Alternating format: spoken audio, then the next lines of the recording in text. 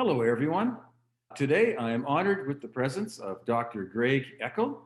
Dr. Eckel has been living in the Portland area since 1992.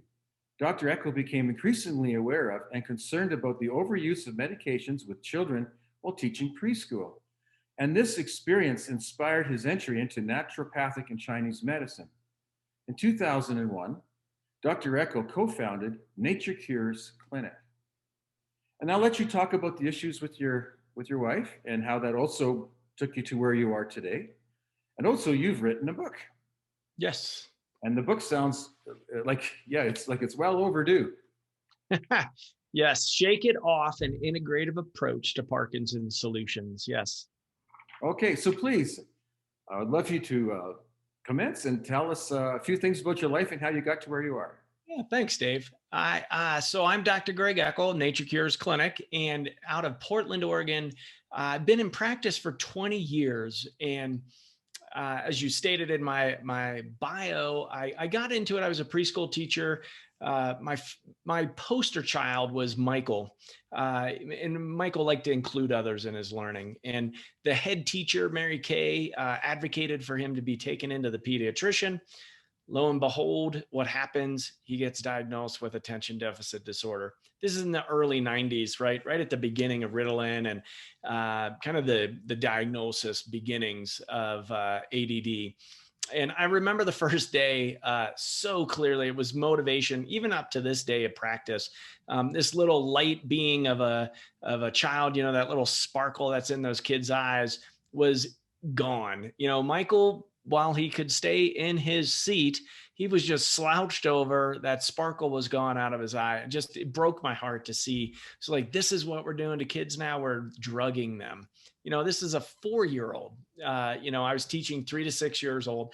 So a lot of different paths led me into naturopathic medicine and Chinese medicine. Yeah, so I got into naturopathic Chinese medicine, holistic care. I was a preschool teacher, Montessori preschool teacher, and the head teacher in the room advocated for Michael, who I like to say included others in his learning. He was a rambunctious dude, no doubt about it. But he went to see the pediatrician, got diagnosed with ADD, was put on Ritalin. And I remember clearly the first day he got back into the classroom, he was just slouched over. He didn't bother anybody, but that little sparkle in his eye was gone. And I thought there's got to be a better way to treat these kids. Like, we're drugging children. Here's Michael, little Michael, 4 years old, on a medicine, basically legalized speed, and he's just slouched over in his chair. So a lot of different roads led me into natural health care. You fast forward that into 17 years into clinical practice. My then wife, Soraya, was also practicing, certified nurse midwife, nurse practitioner, and she started developing a rapid dementia.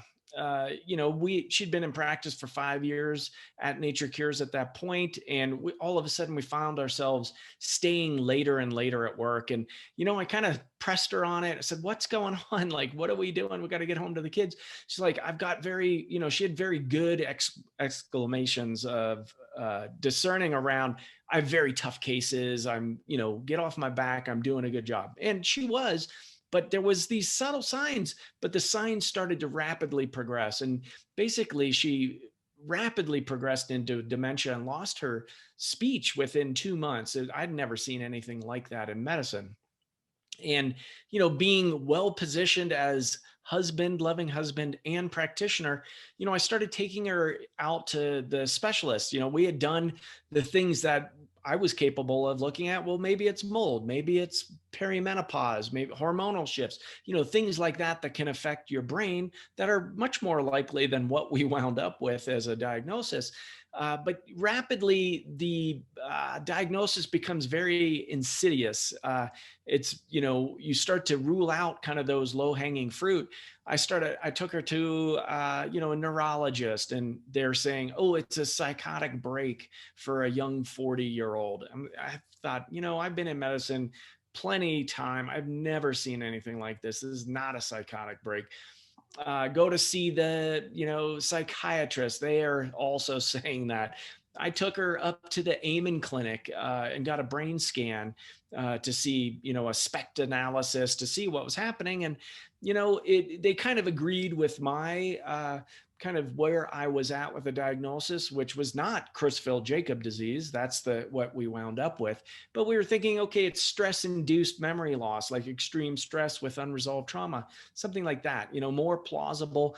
But you start to get into this rule out component. So I went down the rabbit hole. I knew medicine was broken, but to actually go through it with your loved one, it's an entirely different situation. And, I went through this process.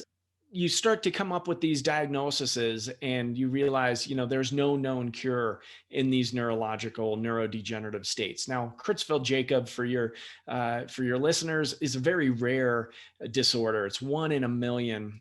There's about 300 cases in North America a year diagnosed with this diagnosis. And it's a prionic activity. It's a misfolded protein.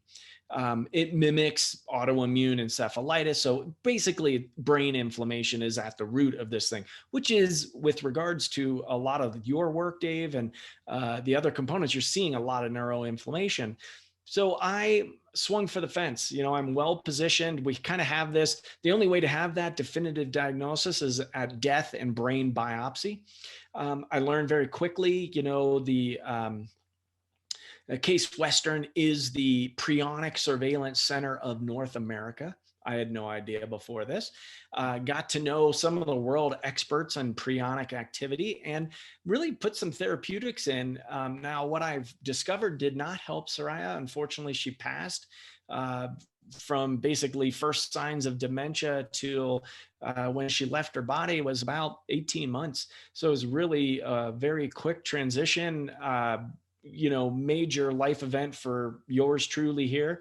I like to say it cracked me open as a human being, reinstated my faith in such an odd way, but I'm forever grateful for it. I'm forever grateful for the time that I had with Soraya on the planet.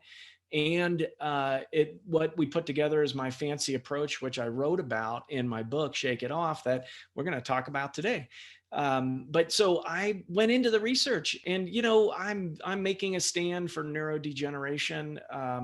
There's been no breakthroughs in brain support and health, reversing a lot of these conditions for 250, 300 years. I'm talking to people around the globe at this point with Parkinson's disease and other neurodegenerative conditions, and hearing the same really sad, hopeless story that they get parked, they get a diagnosis, they get parked on medicines, and then see you next year.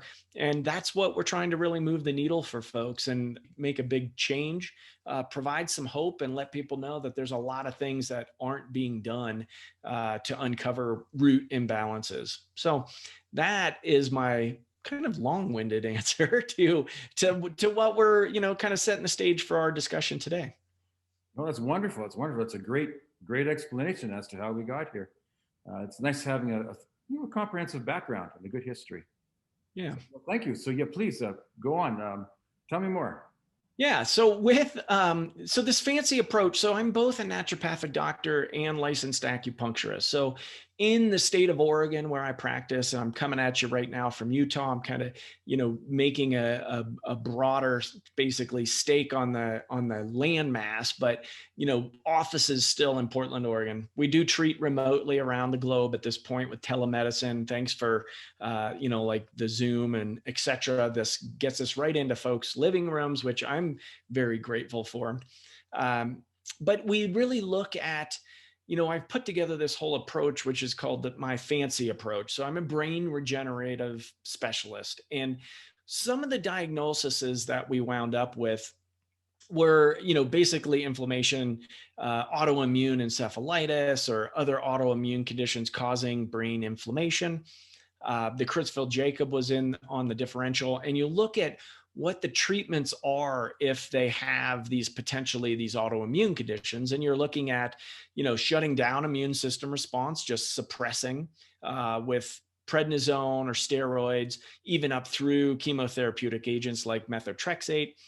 Or you're doing an IV IgG. An IgG is an immunoglobulin G. It's potently anti-inflammatory. But I thought, in my background, it's like, okay, well, let's maybe look at this a little bit differently. If we're talking brain inflammation for any of these diagnoses on the table, well, what is the most potent anti-inflammatory treatment that I can come up with for the brain? And I arrived at mesenchymal stem cells. So, this treatment, I've got to watch. You got to watch how you talk about it, because it's not. It's basically not an agreed upon treatment. So the words are, it's a tissue allograft with mesenchymal stem cells. And so with that discussion, you know, mesenchymal stem cells from a tissue allograft. Well, what does that have in it? It has anti-inflammatory cytokines. It has growth hormones. It is potently anti-inflammatory. Also, the cells that are in that product can become new neurons and increase brain-derived neurotropic factor. So the C in my fancy approach, that's for cellular regeneration, um, that's the biggest lever that I have discovered for folks. Now, it's not a standalone therapy, so I want to talk about the fancy to get there, because there's a logical route to layering these things together. Because I'm talking to a lot of folks around the country and globe, and they've had regenerative tissue allograft stem cell therapies done, but they've not had any results, right? You can harvest these from your fat, you can harvest them from your bone. I don't recommend that, though. So, no offense, but if you've had your cells from your fat or your bone harvested for stem cell therapy, they're old, and they've been around the block a few times, right? And they're not as effective, because our stem cells are really in our body to help the body regenerate. And as we age, we know they become less effective. So if the graph goes like that, they're very potent and populous, and then they decrease throughout time. And some say when you don't have any more stem cells, you die, because those are the repair mechanisms of the body. So we use mesenchymal stem cells, which is placenta and amniotic tissue derived. Now, there is in the past, that raises the hackles for some folks. Like, are you getting that from aborted fetuses? No, these are very ethically derived. This is the cord blood and the cord placenta tissue used to be just discarded when they didn't realize there was potent healing properties in that tissue. And so we use that. And source does matter. You want to know where you're getting it from. And we can talk about that as well. But you want to know where that tissue is coming from. Has it been screened, etc.? We use a very ethically derived source, actually, from here in the Utah Salt Lake City basin. These folks know their lineages, they know their heritage, they know their genetics. And so they also get screened for, viruses and STIs, et cetera. So this is very healthy tissue. So healthy that I've actually had it put into my own system. So when I learned about this procedure, it's an intranasal procedure. I remember first patient, I've had a big neurology background in my clinic. Mark, he said, "Hey, that's great, Dr. Greg, but have you had it done?" And so I said, "No, I haven't." He said, "Okay, you go get that procedure done. And if it doesn't kill you, you can do it on me." I said, "Oh, okay, fair enough." I did want to get it done. And, because I want to experience if I'm going to be doing this with patients, how does it work? So I had that procedure done. And it's an intranasal procedure with a flexible catheter. It's not invasive, basically deposits them in the sulcus. You have your head tilted back, and it goes up the cranial nerve 1, up through the palatine, where the olfactory nerve comes down through, and so you can smell. So we bypass the blood-brain barrier, is where I'm going with that sentence there. The olfactory neurons. Yes, yeah. And the research shows that these cells, they are in the cerebral spinal fluid within 10 minutes, bathing the brain in healing potential. So I like to say it's your body doing the healing. We're just providing the right information. Now, So that's the biggest lever on that C, that cellular regeneration. But a lot of folks want to jump right into that. I did it myself because I'm so excited to share that with you and your listeners and viewers. But you can't start there, right? So I said one pitfall is you can't really get them from your own body. A lot of people do that. They're just not getting the results that we're seeing. So we use source matters. And you can't just start there because you got to lay the foundation. You could have heavy metals, hormone imbalances, microbiome imbalances as well in your gut, that are the limiting factors in those cells working for you. And I'll give you kind of in my fancy approach. So the F stands for functional. Yes. This is a functional medicine approach. So treating you as the heart-centered dynamic being, uniquely you. We could have 10 folks with a Parkinson's diagnosis and come up with 10, nuanced treatment plans specifically to them because they have different genetic backgrounds, different trauma histories, different environmental exposures. And so that gets into, well, how do you know what they have? Well, that's the A, that's the assessment. Foundational work that I've seen as a starting spot, and I have written about this in Shake It Off, which you can get on Amazon. But I do want to really, talk about it here.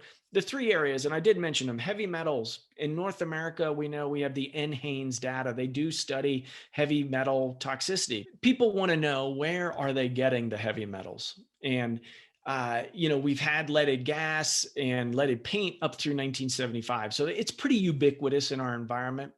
On the West Coast of the United States and Canada, we get a big plume of dirt every year that comes from China. Well, they have coal-fired plants, and there's waste that come down in the rain. Same thing in the Northeast.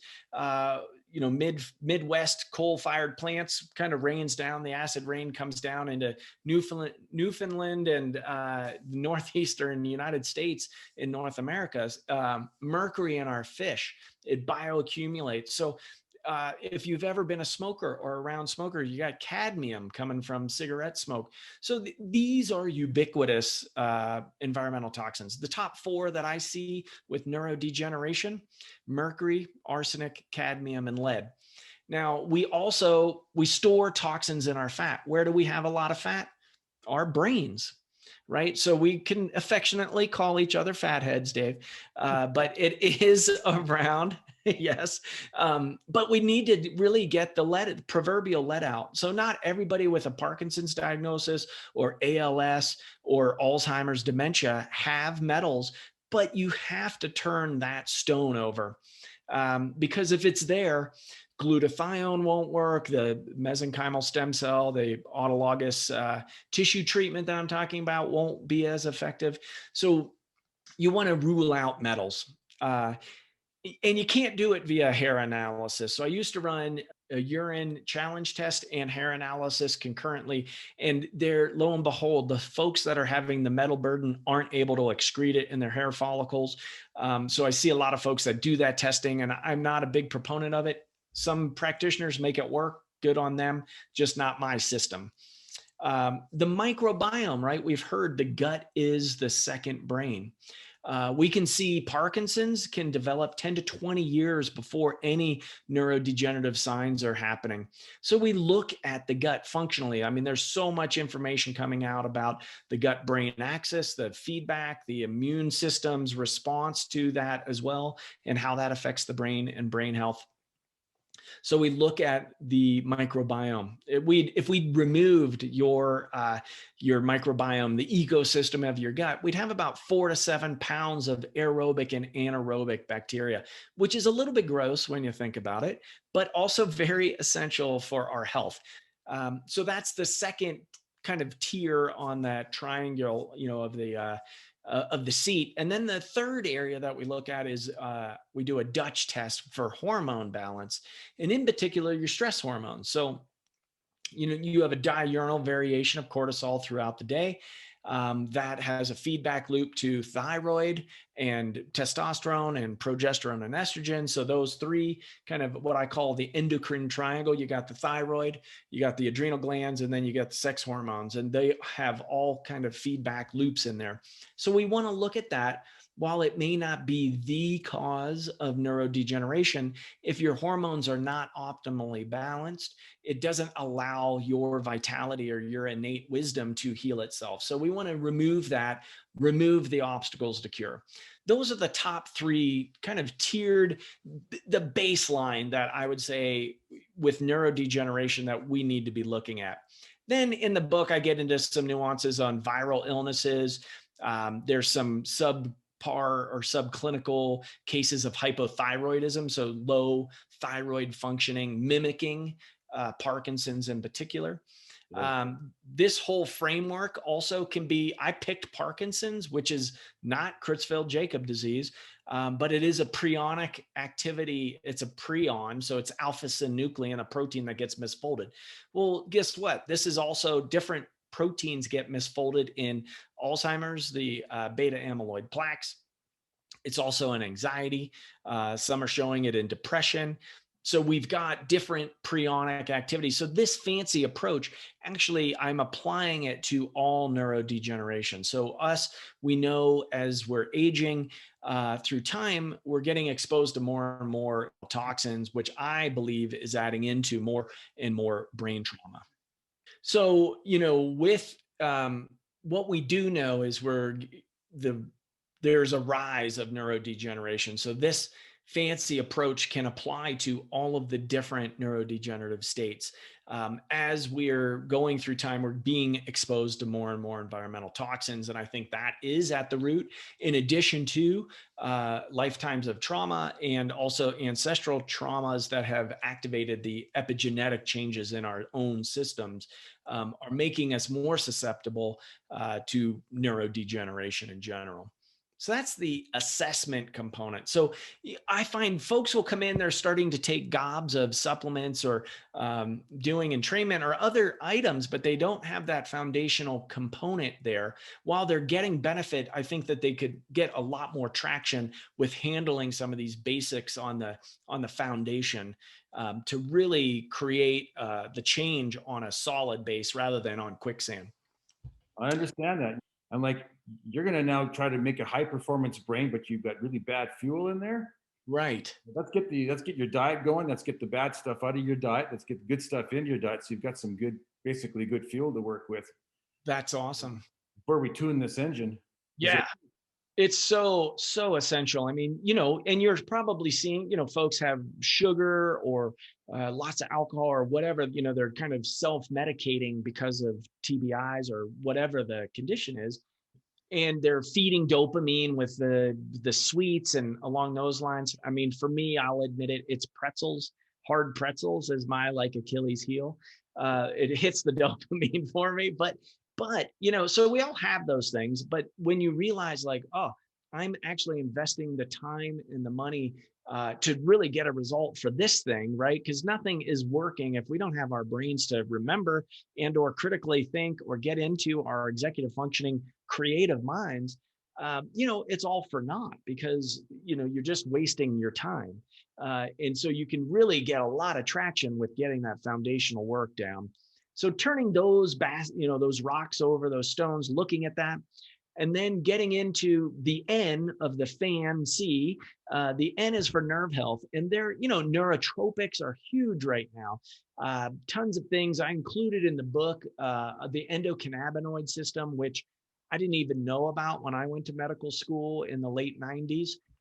So, we have all of this information about cannabidiol and CBDs, feeding that platform beneath the hormonal platform. We've got the endocannabinoid system, the B vitamins, B12, of course, people know about for brain health, but, knowing which variety of B vitamin to be on, tons of research on mushrooms and lion's mane and bacopa, boswellia, which is an anti-inflammatory botanical. So there's a bunch, people tend to do really good research on what can I take, doc?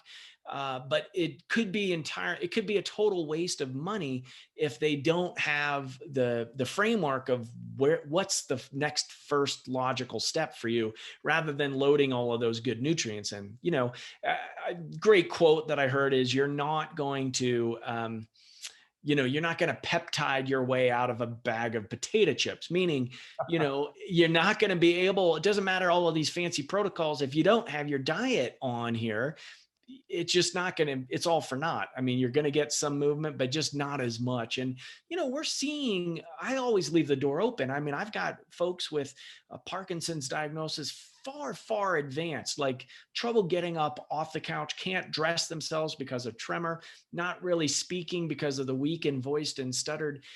They get their lives back. They're out, like woman, Cindy, patient of mine out of North Carolina. She wrote really excitedly, my husband told me to slow down when we were walking in the park the other day. I said, when's the last time he ever said that to you? And she's like, yeah, 10 years ago, because she wasn't even able to go out because she was falling forward so much with her gait, like really advanced Parkinsonism. So with really advanced Parkinson's disease, the inability to get up off the couch, not able to dress, really having a hard time speaking, we leave the door open for folks healing. I'm not claiming we're curing Parkinson's. However, Cindy from North Carolina no longer has any evidence of disease. And so with that, it is a possibility. And conventional docs are not seeing that happen at all. I'm very, a straight shooter around this of not wanting to provide false hope or overpromise. But when you see it happen and you see it happen consistently, when you go through a practical method and ruling out and ruling in a systemized approach, you actually tend to get better results for folks. So it's not a shotgun approach. It's not, everybody gets on this. Now, there are some basis of what is the platform, like what is in everybody's program. Well, we've got nutrition, we've got exercise, we got fixing the gut, we've got balancing the hormones, but that's going to be different for each individual depending on what you come in with, right? So I just like to leave the door open is where I'm going with that statement. And then the N on nerve health, which is, what is the information we need to feed into your system so that your inherent and innate wisdom can heal itself. So I like to say I do a lot of nothing all day. It's your body and it's the medicine really putting it into play. And I'm really excited to bring the entrainment into practice as well, because I think that's going to expedite these changes for folks where they have the devices at home. So when they come out, people will fly into my clinic at Camp Nature Cures, get this treatment, and then we're following up with Chinese herbs and botanicals and other components. But then we get them on the devices too. I'm really excited to see, how that goes for folks, I think you're going to be pleased. Yes. Yeah. I'm very excited. The folks, my patients are also really saying, Doc, we want it, get it in here, right? Because not everybody's getting that Cindy response, but we are improving their quality of life. Then so that was FAN, and then I got a -C, and I led with the C because I'm so excited about that. That is the biggest lever that I've got for folks, which is that cellular regeneration.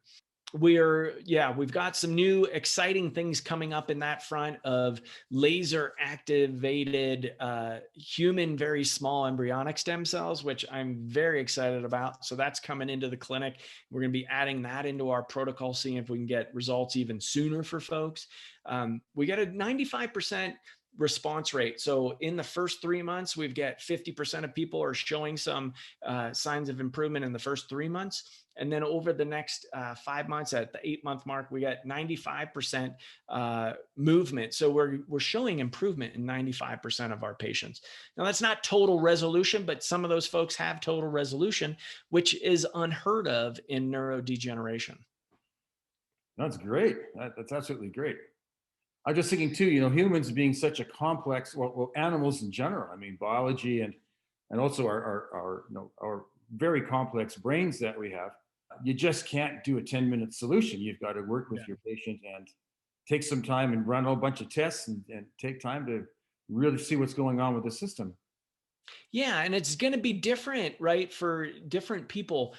Some of the earliest signs of neurodegeneration: loss of sense of smell, right? That means there has been cellular death in your brain that you can't smell anymore. It's not just that you're stuffed and congested, that's actually brain cell death. Also, acting out your dreams is an early sign of neurodegeneration. So, Alan Alda of MASH fame was hitting his wife with his pillow. And in his dream, it was a sack of potatoes from some invader coming to get him. So he went into his neurologist because he had read that that could be an early sign of Parkinson's. And lo and behold, he got diagnosed with Parkinson's. The third early symptom is constipation, which is pretty ubiquitous in North America 10 to 20 years prior. Now, this is on the Brock hypothesis, where its alpha synuclein gets misfolded in the gut, which slows down the motility of your bowels. And then that alpha synuclein travels on the vagus nerve up to the brain, gets deposited in the brainstem, and then starts to play havoc with the substantia nigra, where dopamine and dopaminergic receptors are.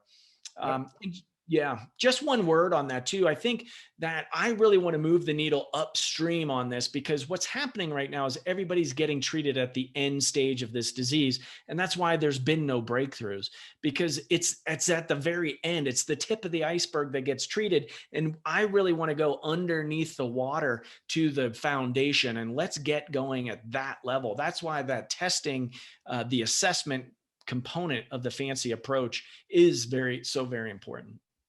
Yep, no, got her. That's great. Tell me what you see about this. I've been doing some research on systemic candida. Mm-hmm. I find that it can literally eat holes in the brain. And quite a few people are infected with candida, and it's becoming resistant to the standard azoles, which are like clotrimazole or fluconazole and so on. What are you finding in terms of maybe people catching these yeast type infections and neurology? This is a huge point. And so the 80s was the decade of candida infections in alternative medicine. And I know that because I started medical school in 96, and I was seeing women in 1996. So it's been 16 years of them being on an anti-candida diet. And they said, "Oh, doc, I can't even look at that piece of bread or I get a yeast infection," right? I'm like, candida is pretty ubiquitous in our environment. It can't be that potent, can it? And lo and behold, they did have candida, but that was not their issue. That was commensal, meaning all of them, if you have resistant candida or yeast, it's heavy metals, and you need to be checked for heavy metals, because once those metals are taken out of the system, the yeast goes away. So what has happened, and this is a big point, and I'm really glad that you brought it up. I'm saying the war is over in medicine. We need to put down the war analogies. We cannot be at war, because perhaps the yeast is there trying to protect our bodies from the metals that are actually there. So because you look at what yeast does, it breaks down materials in the environment. And that's what I think it's trying to do, because I used to treat yeast with, nystatin and all the azoles, and just, it's like a losing battle. And so it's like, nope, let's put the weapons down. We actually we have such inherent wisdom going on in our bodies, and it's always trying to heal ourselves. And so while the yeast is an issue, you have to go one step deeper and look at what's underlying that. And invariably, I'm finding the metals are the things that allow that yeast to flourish in our system. So not necessarily just the weakened immune system from the metals, but the yeast being opportunistic and, well, seeing the metals as nutrition, basically. Yeah, Or and bodies are preferring the yeast to let it grow. yeah, it will. It's almost like the metals mask it from the immune system. So then the yeast are opportunistic, but they may be. So that's a hypothesis of mine. They may be a protective mechanism in there. I'm also seeing that with the viruses as well. Cytomegalo, Epstein-Barr, and herpes simplex are three viruses that I see with neurodegeneration. And you look at molecular mimicry. You type that into PubMed with whatever the diagnosis is, and you can see what viruses potentially are mimicking the symptom picture that the person has. Yeah. Yes. Interesting. Well, yeah. So there are more things you'd like to add, or like to maybe perhaps talk about how you see the future unfolding with these new developments that you're making in medicine? Yeah, I think one, you can find me at naturecuresclinic.com. I have my book "Shake It Off: An Integrative Approach to Parkinson's Solutions." That's on Amazon. And if you go there, you'll get a download of qigong videos, some exercises that I recommend for brain health, super brain yoga that I talk about there as well. And that framework that I talk about in there, even if you don't have Parkinson's, it's great for brain health.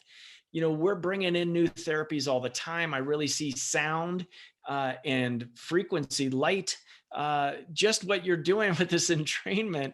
I guess I was late to the party, Dave, but I'm so excited to bring that into the practice and have that part of the regimen and really incorporate it into the fancy approach, and see if we can accelerate the changes for the folks that we're seeing. I think you shall. I think what happens when people start becoming ill, the HPA axis activates, the Yep. adrenals activate, and cortisol has a tendency to be an antagonist against Yeah. anything that's healing and healthy, right? Yeah. And so it Yeah. cuts down cortisol very effectively. Yeah. And that's why, honestly, why we test for that right at the beginning, because it is such a crucial piece for our health and our basically our home. I don't want to call it homeostasis because stasis is a stagnated state. And we want to really call it homeodynamic state, right? Because it is moving into and out of the stress state. That's what we want to accommodate. That's Yeah. right. Yeah, there's a bell curve that shows our dynamics of our the dynamics of our homeostasis. Yes. Yes. And there's variability. Absolutely, there's variability. You can't have, well, how many millions or billions of genes do we have, and have everybody be exactly the same as if you're a Right. machine on an assembly line? Yeah, it's Yeah. not going to happen. No. Not going to happen. Okay. Anything you'd like to say in closing? I think one, I just want to encourage folks to realize that you are more powerful than you've been led to believe, and our minds are really, really special. And take care of your brain. Absolutely. It's wonderful. Well, thank you very much. I appreciate it. We have been spending this time speaking with Dr. Greg Eckel, who's been specializing in neuroinflammation and doing some great breakthroughs and discoveries and helping all kinds of people regain their lives. Thank you very much for spending this time with me. I do appreciate it. Thank you, Dave.